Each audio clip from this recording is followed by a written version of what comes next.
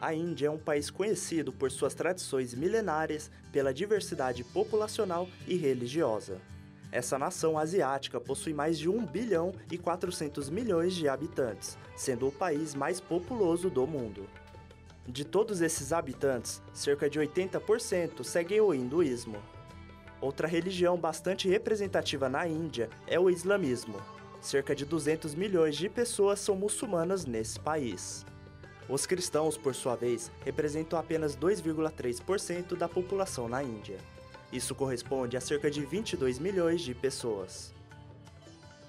Yes, people are very religious in India. Sim, as pessoas são muito religiosas na Índia.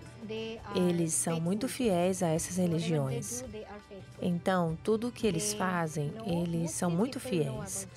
A maioria das pessoas conhece sobre Jesus. E eles também sabem sobre ele, que ele foi crucificado. Pelo que vejo, algumas pessoas que vivem na minha região consideram Jesus como um dos deuses, mas eles não consideram como o único. But they cannot take it as the only one. Em meio ao contexto atual da Índia, a pregação do Evangelho vem sendo um desafio para os cristãos que vivem lá. E isso tem sido observado por pessoas como o pastor Benoit Tirkey, presidente da Igreja Adventista do Sétimo Dia, no norte da Índia.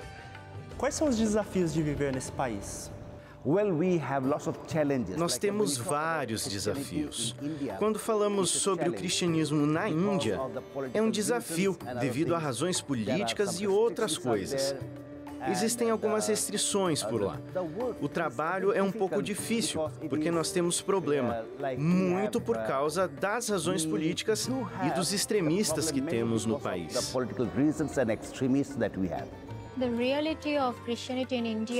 A realidade do cristianismo na Índia varia de lugar para lugar, em diferentes partes da Índia, leste, oeste, norte, sul. É diferente. Por exemplo, na parte norte da Índia é bastante difícil falar sobre cristianismo, sobre Jesus entre as pessoas. Já no leste da Índia, ainda é flexível. Você pode falar e as pessoas também estão dispostas a ouvir. E em muitos lugares, as pessoas estão dispostas. Nós percebemos isso. Quando elas observam a paz, a tranquilidade, quando elas conhecem sobre Jesus, quando elas conhecem as histórias da Bíblia e descobrem o que Jesus fez. As pessoas que estão genuinamente buscando pela verdade, elas vêm buscá-la. Apesar dessa difícil realidade para os cristãos que vivem nesse país asiático, a Igreja Adventista do Sétimo Dia tem realizado ações de esperança. Nós temos muitos projetos que estamos fazendo na Índia. Número 1. Estamos fazendo um centro urbano de influência. Este é um dos projetos que nós temos. E nós também estamos cuidando de centros médicos. O Marcelo se mudou para Nova Delhi, capital da Índia. Ele e sua família estão envolvidos em trabalhos de evangelização em partes diferentes do país, buscando formas de alcançar o coração das pessoas com a mensagem de salvação. Entre os projetos, a gente tem projetos que visam o plantio de igrejas, são igrejas nos lares. Depois a gente tem projetos voltados para a questão de saúde, centros de influência que oferecem tratamentos naturais e também projeto na área de educação, já que existe um número grande de escolas adventistas.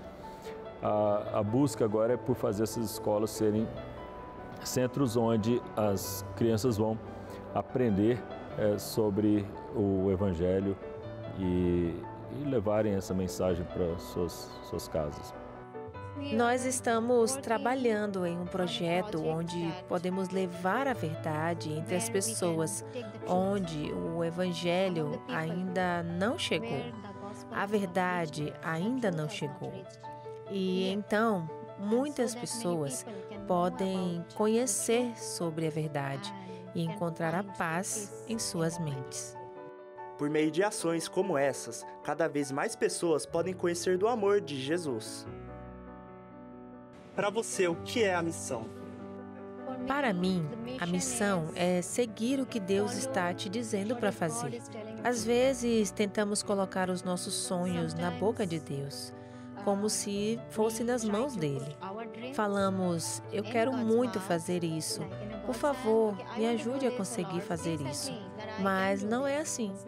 Deve ser o contrário. Eu me entrego nas mãos de Deus e lhe peço que me mostre o caminho. E se entregar nas mãos de Deus em um contexto totalmente diferente pode parecer uma tarefa difícil. Mas essa decisão pode significar uma mudança eterna na vida das pessoas que vivem na Índia. Para a gente, missão tem muito a ver com isso, sabe? Desmistificar a ideia de que a fé cristã é uma fé estrangeira, porque isso ainda está muito presente. Então, são os estrangeiros que são cristãos. Os indianos, eles são hindus. Essa é a ideia que tenta se passar. E, obviamente, a gente compreende que Deus tem se revelado de uma maneira para todas as pessoas e também para os indianos. E é isso que a gente tem que fazer na nossa missão. Certo dia, Jesus estava em Nazaré, onde havia sido criado, e um sábado, na sinagoga local, ele foi convidado para ler uma porção do Antigo Testamento. Do livro do profeta Isaías, Jesus leu o seguinte: O Espírito do Senhor está sobre mim, porque Ele me ungiu para pregar boas novas aos pobres. Ele me enviou para proclamar liberdade aos presos e recuperação da vista aos cegos, para libertar os oprimidos. E Ele começou a dizer-lhes: Hoje se cumpriu a Escritura que vocês acabaram de ouvir. Essa era a missão de Jesus. Ele veio para trazer transformação e esperança para cada ser humano. Essa é, portanto, a nossa missão como seus discípulos. Mas pense comigo, como levar esperança ao taxista que tem uma imagem de Buda ali pendurado no retrovisor do seu carro em Bangkok? Como levar esperança àquela menina órfã que, juntamente com o seu irmão, vive o drama de ser portadora do vírus HIV no Camboja e não conhece o amor de Jesus Cristo? Como levar esperança às milhares de crianças que hoje não têm um lugar para chamar de minha casa e que vivem pelas ruas de centros urbanos em diversas cidades do mundo? O que dizer das milhões de pessoas que não acreditam em Deus? Entre elas, ateus, seculares, agnósticos, ou do quase 1/3 da população mundial que sequer sabe quem é Jesus. Como levar esperança para cada uma delas? É por essa razão que a Igreja Adventista do Sétimo Dia passou por uma profunda reestruturação organizacional no começo do século XX, entre os anos de 1901 e 1903. As igrejas locais, que já eram ligadas às associações e missões locais, agora fariam parte de um novo nível administrativo chamado, a partir de então, de uniões. As uniões, por sua vez, seriam assim formadas por associações e missões dentro de um território maior.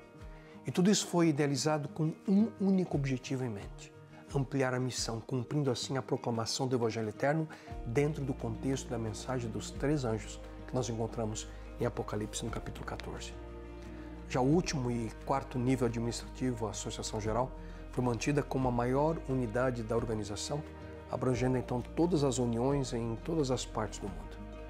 Divisões então foram estabelecidas como seções da Associação Geral, com responsabilidades atribuídas em determinadas áreas geográficas.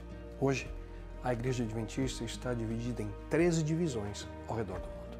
No entanto, dentro dessa nova realidade administrativa, em 1990, decidiu-se criar uma estratégia de missão chamada Missão Global. O foco principal dessa iniciativa foi atingir os mais variados tipos de pessoas e seu maior propósito é alcançar áreas ainda não penetradas, levando a mensagem de esperança em Jesus Cristo a todos que ainda não o conhecem. Naquele momento, 33 anos atrás, países como China, Índia, o Oriente Médio e a União Soviética tornaram-se prioridades nos primeiros passos dessa nova era de missão global. Dentro dessa nova realidade de ação missionária, Missão Global estabeleceu um processo em que missionários assalariados e voluntários de todas as partes do mundo começaram a ser enviados a todos os continentes. Centros de estudos em missão global foram estabelecidos com o objetivo de desenvolver modelos de evangelismo que pudessem ser eficientes no trabalho de levar mensagem de esperança aos budistas, hindus, judeus, muçulmanos, seculares e pós-cristãos que vivem nos grandes centros urbanos do nosso planeta. Hoje, Missão Global continua como a principal iniciativa de missão da Igreja Adventista do Sétimo Dia, que através da educação, saúde, relacionamentos de amor, meios modernos de comunicação e uma estrutura denominacional focada em missão, onde milhares de pastores, missionários voluntários e milhões de dedicados membros ao redor do mundo buscam fazer o seu melhor para o cumprimento da missão que Deus deixou para cada um de seus seguidores. Mas qual é a minha e a sua parte nisso tudo? Aproveitar cada oportunidade para compartilhar com outras pessoas sobre a minha experiência com Deus. Você apenas precisa estar disposto e pronto para ser usado por Ele no cumprimento daquilo que Ele deseja fazer através da sua vida. As oportunidades estão ao nosso redor a cada momento. Apenas precisamos estar atentos àquilo que Deus quer de cada um de nós. E nunca se esqueça, para que a Missão Global seja bem-sucedida, contamos com as suas orações, a sua generosidade e, acima de tudo, a sua entrega, para que Deus possa usar você de acordo com o sonho que Ele tem para a sua vida. Você também pode ser um missionário no século XXI.